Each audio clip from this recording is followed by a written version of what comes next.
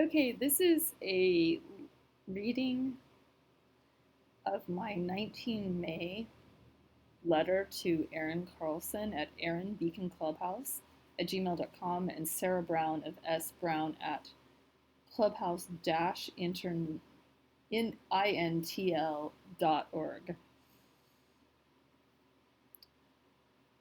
This is taking me ever to get this email together. It has faced many edits and additions, and I apologize if it's confusing. I'm going to send it to Sarah at the Clubhouse International to confirm I am communicating with you about my safety concerns and out of fear that your email might be checked or deleted by a third party. Hint, I had reason to know. Hey, thanks for our phone discussion after I witnessed Beacon House member Nicholas/Quinton assault Dwayne Blair on the sidewalk, knocking him to the ground in March. I felt scared when I saw him on the sidewalk outside your organization today. Another time, I have asked him not to speak to me on the streets. I have never found the right time or place to register another concern. 3 separate homeless people, including 2 women and 1 male, told me separately of an incident with Ozark using the term blue balls about chocolates he was delivering to the downstairs. I was pretty shocked he would say that it around the women, but it's still not okay around the men either. The male told me this type of sexual innuendo is even more prevalent from him just around just the men.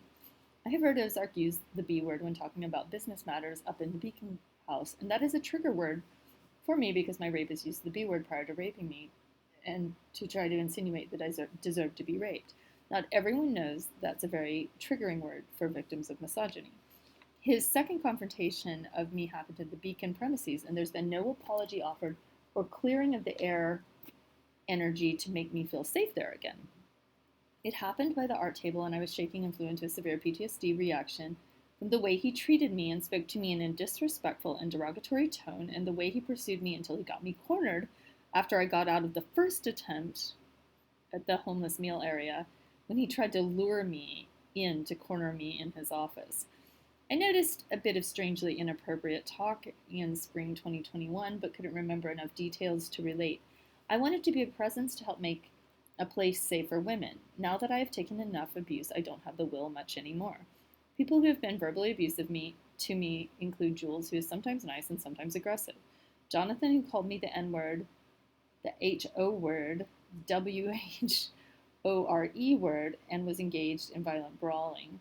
I have witnessed sexual harassment. I witnessed a lot of screaming or broken up fights, and I've tried to mitigate the mood swings as much as I can as a service to you and respect to your operation. I've seen a person demand a knife to commit suicide on the street outside. I later found out that was a victim of domestic violence whose abuser I watched being beaten up the day before by men who like to beat up on women beaters. I was also subjected to non-consensual unsolicited touching on my neck by a man who further terrified me by victim blaming me when I told him not to touch my neck and that it reminds me of my rapist strangling me.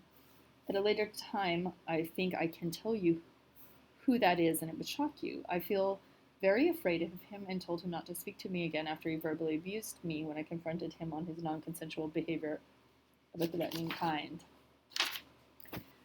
I first met Monkey as he was trying to assault George. I found out recently that he and Kayla were involved in brutally beating a transgendered Latino veteran victim who then had to flee to California to heal for 2 months after the traumatizing incident of being beaten on the way out of the American Legion. People I've been told have pushed drugs on George include Chris, Monkey, Griffin, Jack, and Cody. I've confronted all of them besides Cody. Chris says he would never sell drugs to George knowing he has a terminal illness. I appreciate this. He was recently booked on failure to register as a sex offender. He has a swastika tattoo and is also a Holocaust denier. He is a former meth trafficker, according to his own words.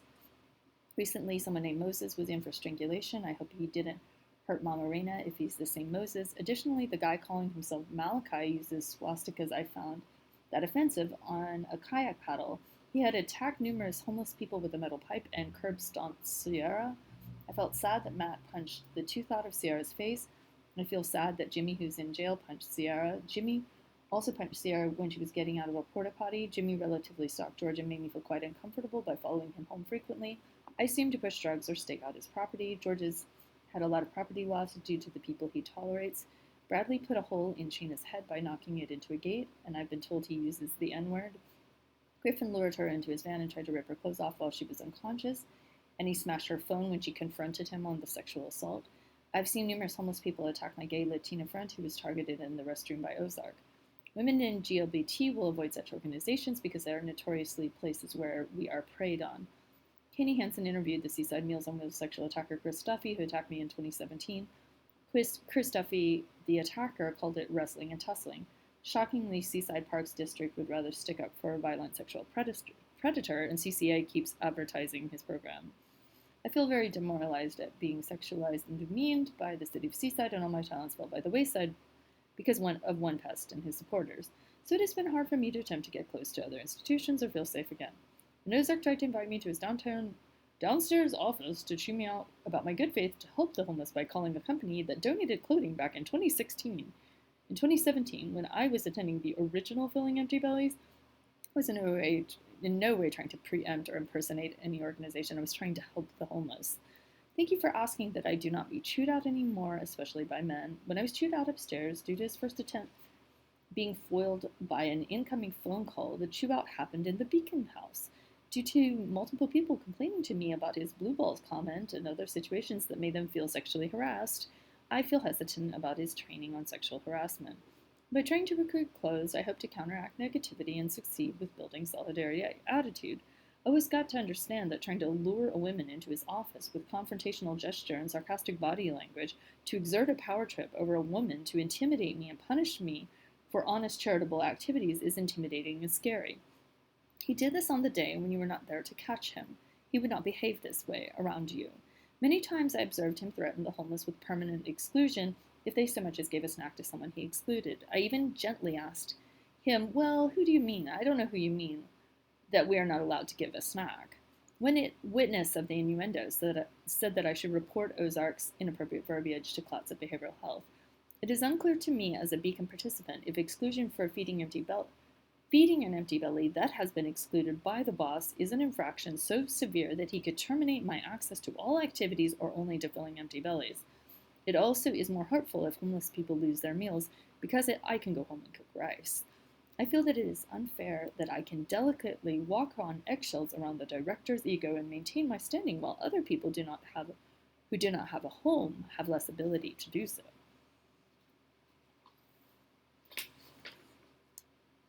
When I tried to help with the clothing drive, I actually expected praise and joy, not negativity, so I felt pretty injured that my contribution was not perceived as a positive act of goodwill. Maybe I even expected overwhelming gratefulness, so I was really overwhelmed with the overwhelming negativity. I identify a lot with that gloomy mood, and that's a part of why I try to cheer things up a bit with incense and knitting and good humor, with good manners, with smiles and with kindness. Those are things that human beings really need. I don't currently have the strength to face so many violent people, or so many people who've said harsh and cruel things or done harsh and cruel things at this moment. But when I was in the mindset to help, I was trying to take the pressure off you guys to reduce the tension. When Ozark comes downstairs to threaten the people eating downstairs with exclusion if they so much as give a snack to one of his excluded people, it makes people visibly uncomfortable. I've been seeing this since December, and it makes me uncomfortable too. How do we know who not to feed? Can there be a list of all the faces, nicknames, etc.? Out of respect for privacy, I do not ask people's names, and I don't see how we would be faulted for accidentally filling an empty belly of an excluded person. It puts us in the position of enforcing starvation as a punishment, when we don't even know what the person did, and some of us may feel that starvation is not ever humane. Some of us are trained to view power hierarchies as illegitimate. Some of us are trained in consensus, committee group, teamwork, so the top-down power hierarchy is coming as a shock to some of us more familiar with the food not bombs type model of non-authoritarian, non-hierarchical power structure. I'm familiar with the 2016-2017 incarnation of this organization that was specifically opposed in the 501c filing to exclude people to excluding people. The founder worked very hard to mitigate and smooth personality differences, stagger meals, and help the people get fed. No one is excluded. When I called Beacon House after G's dad's death surrounding his breakdown, I was shocked that my attempt to reach a trauma-informed type support service was met with an exclusion based on my subjective relay of information. It made me feel that Ozark had some specific kind of prejudice against me or George. It is not normally considered fair to accept one person's hearsay without giving a person a fair chance to explain what's going on in their life. It's not like you guys putting me in a I did not like you guys putting me in a position that they felt I was ganging up on him or in any way trying to hurt him. I repeatedly had to explain to him I called you not for help. For help, not to hurt him, not to get him excluded, not to reduce his services, not to cut off his source of food. I wanted to speak to you, but Ozark answered the phone. The 2 weeks you guys demanded he be excluded, I watched his health plummet and he lost weight as your meals were his only main source of real food. After 2 weeks of starvation, of course, his mental health worsened. On a follow-up call, Ozark told me it's not my job to take care of G on the phone. I don't accept that as true. I view it as personal. When Ozark cornered me after eliminating G, who provides me a protective presence, on a day when you were not there to moderate Ozark's behavior, I felt more vulnerable. Some of the homeless who bully me won't do it as badly in front of G. G is kind of like my therapy animal. I am lost without him and we suffer a lot facing his terminal illness. I felt extremely vulnerable, because if Beacon had been more inclusive and compassionate to George, I would not be so easy to target. I became suspicious when my partner is attacked first, so I can be attacked next. G mistakenly assumed that I was out to get him or trying to get him banned, so by banning him preemptively based on a concerned family member's attempt to gain support, not socially isolate someone in pain, it pushed us into a deeper well of grieving and pain and isolation when we needed kindness and care. When I tried to reintegrate in October due to both our housing managers threatening our housing, it was because I wanted to know what the service would be like, especially if either of us became homeless. I was very worried that aggressive homeless or drug dealing associated with the homeless facility would hurt George if he regained access to Beacon. Multiple incidences on the block and around the corner involved different homeless people beating upon or financially abusing George. He has been extorted for as much as $200 recently, possibly twice, in addition to the normal drug trade from people who are your clients. I purposely am trying to protect him from your organizations at this point because he cannot afford to supply cigarettes to the entire homeless population of Astoria, Oregon. He is currently financially wrecked by his own generosity. He's a very kind person. He's even given $100 to a homeless person. I think a good compromise would be that even though panhandling is viewed as a free speech issue in America, you could ask your guests as a courtesy not to too aggressively panhandle Beacon participants, not to too aggressively panhandle people with pensions, not to panhandle for cigarettes, and that any generosity that comes should flow freely and naturally without any element of coercion, pressure, or danger. I think all your guests need to be instructed that sexual harassment is not welcome or tolerated from guests to each other, and that any kind of violence is especially not tolerated, especially of a gender-based violence kind or of a threatening kind. I'm pretty shocked that a homeless man has gone out of his way to harass me about being a survivor of sexual violence and attempted murder. He essentially said I put myself in dangerous situations, that he would ask a lot of questions, but it might upset me. Why didn't I say something when I said fight or freeze? I said fight, flight, or freeze. He said I was being condescending. He said I shouldn't judge meth until I tried it. He asked for beer money. He repeatedly stood up for men who are violent to women in the homeless community. Then, sure enough, he was violent to me, intimidating me with his hand around my neck. I'm sorry for any trouble that we have caused you. If there is no mechanism for reporting sexual harassment or civil rights discrimination, or people feel that they will be threatened with exclusion if they do, the culture fosters more abuse. Homeless women pointed out to me that if the director of Filling Empty Bellies is cracking crude sexual jokes, it contributes to the culture of homeless women constantly being sexually assaulted and harassed. After some of the fights I witnessed, as well as verbal abuse I've taken from the homeless, I feel very challenged and stressed out by the atmosphere. A little boy was actually lynched in my hometown, so the use of this lynch mob language is very upsetting. I've had repetitive ideation about this early childhood traumatic memory since hearing this comment, and then pondering its significance. It's definitely triggering. I do not know if anyone is actually being threatened with homicidal violence, and if so, do these threats of lynching extend to people who eat at your organizations?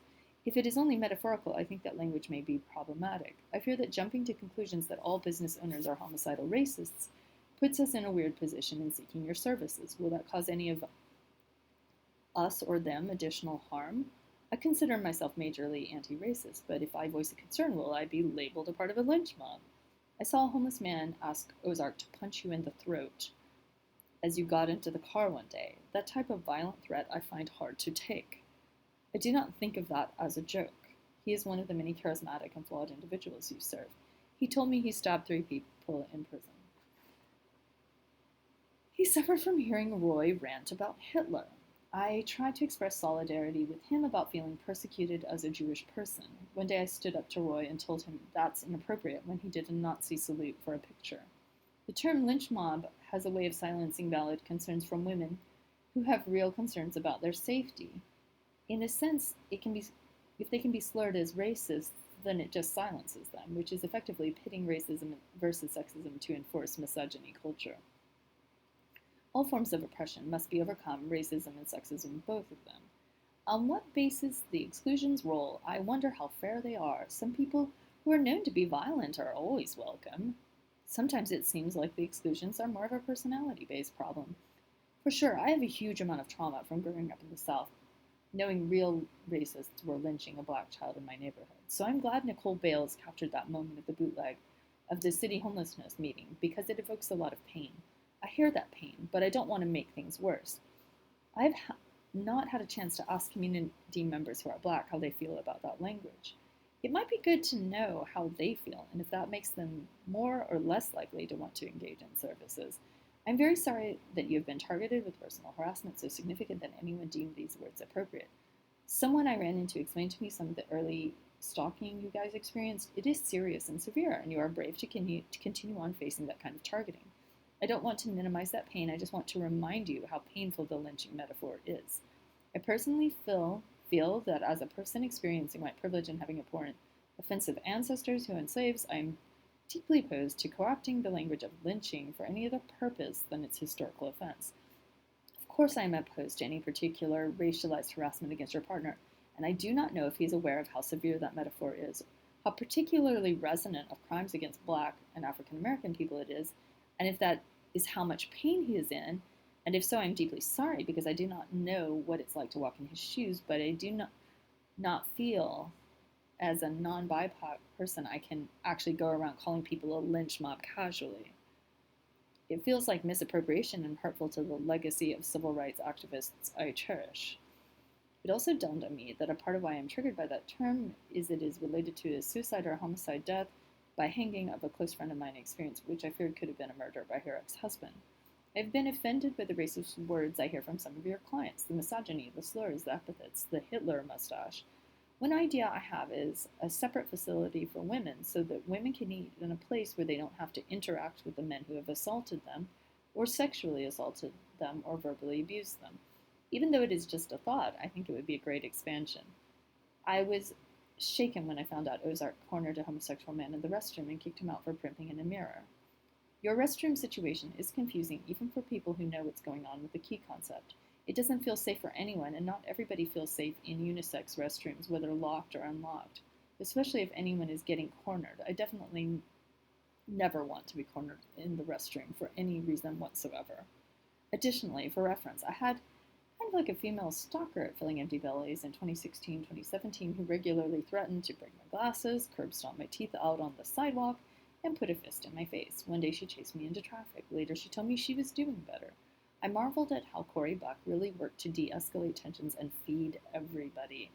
Every time Ozark brags about some new person he's excluding, I began to remember that the old Filling Empty Bellies was not into exclusions. I found this old idea. Filling Empty Bellies fixes meals for the homeless or anyone in need of a meal. No one is excluded. I wish Filling Empty Bellies could get back to its roots because the fear that is induced by so many exclusions may actually be contributing to the behavioral dysfunction. Several people I've known have been bottling up their concerns because they don't know where and how to safely make their concerns known without facing the severe retaliation of Ozark's wrath and exclusion. Why is there no middle way to listen to the people where they are without being confrontational, rude, personal, and categorically excluding people for having a viewpoint? The power to deny food to people effectively is like a psychological terror hanging over people's heads. I never mentioned my concern over the lack of wheelchair access. It was a huge fear point for me that contributed to our avoidance. I hope there will one day be a better facility where handicapped access is considered. My PTSD is actually so severe disability access sometimes pertains to me as When my PTSD flares to an extreme extent, stairs are no longer a viable option because my knees go horribly weak. I don't know if I could remember all these points if I spoke in person. Thank you for receiving this message. I don't need all the answers. I just feel like bottling it up indefinitely isn't helping either. When the homeless vented to me about the blue balls comment, I knew they were counting on me to do something to make this right. I am so sorry it has taken me so long to tell you. I am like them, afraid to jeopardize my services. So ideally, people should have a grievance process that feels welcoming enough that people could trust there is a way to reach out safely. You might ask around what other types of innuendo are used. Maybe some kind of sexual harassment education or training could help. A lot of the women, especially, are facing constant violence, threats, assaults on the streets. They need a place to feel safe. The men face threats too, and not all of them are cool with this type of language. You know, I have a huge amount of respect for what you're doing, so it's difficult to enunciate this all. 5/11/22. Further note. I wrote this perhaps a couple of weeks ago and did not feel safe enough to send it. It was causing me a lot of distress. I feel like I have processed it enough to click send. I apologize for the deeply disturbing nature of these subjects, and if in any way this message is troubling, please feel free to block my email or request I not write. I was the person who filmed the offensive Confederate flag at the 2017 Astoria Regatta Parade, launching the media scandal. Please know I write this letter in the spirit of anti-racism, anti-oppression, and anti-sexism. The last time I saw Dre, I could not bear to bring up the lynching comment metaphor, as we both grew up in the South. I knew he would especially feel a huge amount of pain and history in that language. I do not know what his opinion would be, but I fear speaking about it could drastically demoralize him or ruin his day. Making an organization with cultural sensitivity may include looking at how that language affects all members. One thing I realized too is that having lost a friend to suicide by hanging in 2016, this trauma was dredged up by this language. Being a strangulation survivor, it also evokes real physical injury I took in such crimes I suffered. Additionally, a homeless man put his hand around my neck without my permission or consent recently, and when I confronted him about it, he mocked me. If I mention this, I do not want to be demeaned or called a lynch mob, etc.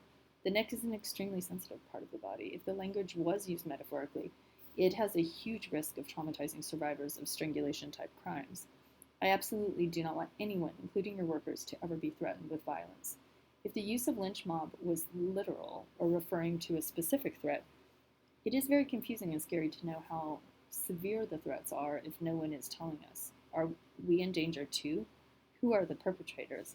One thing that I observe is that uneducated people speak in violent ways. I noticed that when coming out to this region in 2013, I do not like rough talk in any way at all or defend it.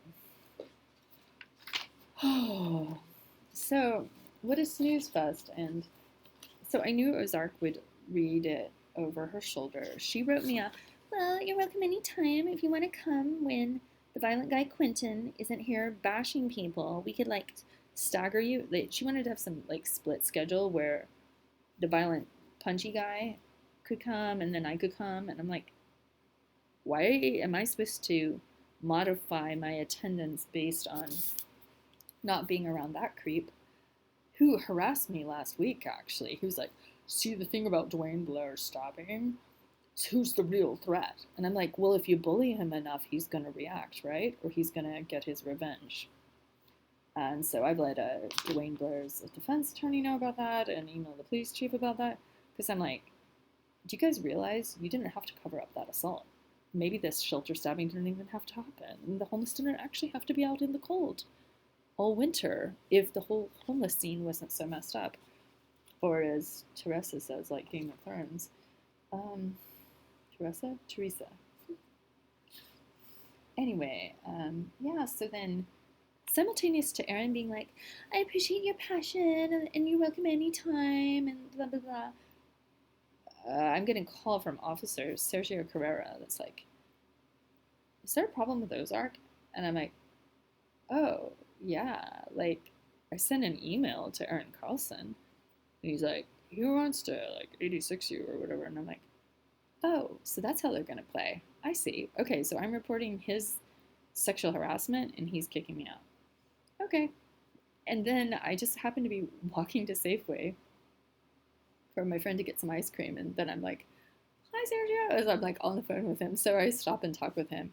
And he was a little bit like, oh, yeah, I've heard some things about like Ozark's past or gun running or meth or whatever, assaults and burglaries and all that. So yeah, later, there are more emails to read actually, come to think of it. But in one of my later emails, once it's all dawning me, I was like, Erin, you didn't tell me that Ozark had a criminal record. Like, it's like almost like you didn't tell me that this is a person with serial repeat abuse of disabled and vulnerable people on his record.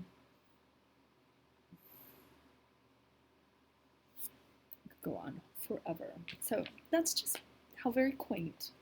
Because this is like the tip of the iceberg before I find out all the other stuff that I found out. I had a hunch. Something's not right here. But you know, is it, I mean, Garth was like, anyone who comes in the way of Ozark's operation, if they get in the way of what he's doing, they're gonna have to deal with me. And I'm all like, but starving people's not good. Like, almost a year of no meal. See, I wrote this letter as, this is why I'm not coming. And then Ozark is like, well, I'm gonna slam the door on you by like banning you from coming. I was like, I'm not coming because you have like an accountability and violence problem. And but here's what you could do to make it better. And instead it was like it was like, I call it now meth skills. It's where you like preemptively call the cops on someone just to make it look like you're not the criminal. And it's like invariably this particular kind of deranged meth head type. It's like, I'm calling the cops on you because you won't give me money for meth. It doesn't make sense, Ozark. But anyway, okay. Or Christian, or Crystal, or Xavier is in jail right now. He's like, I'm calling the cops on you. No, you're not. You fucking hate the cops because you're a drug dealer. Duh.